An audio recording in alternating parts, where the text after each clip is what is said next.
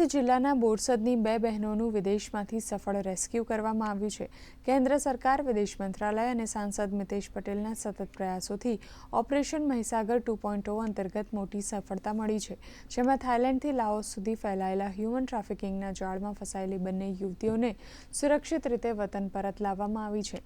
વતન પરત ફર્યા બાદ સાંસદ મિતેશ પટેલે તેમના નિવાસસ્થાને પહોંચી પરિવારજનો સાથે મુલાકાત કરી હતી, ત્યારે પરિવારજનોએ સરકારનો આભાર વ્યક્ત કર્યો હતો।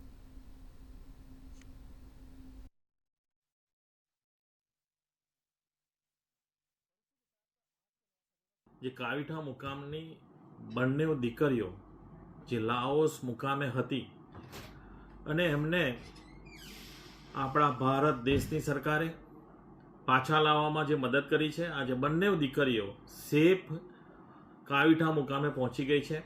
બંને દીકરીઓ અત્યારે ડરેલી છે, બી ગયેલી છે, બહુ બોલી શકતી નથી, પરંતુ એ બંને દીકરીઓના મેં વાર્તાલાપ કર્યો છે અને ઘણી બધી વિગતો પણ મેં મેળવવાનો ટ્રાય કર્યો છે।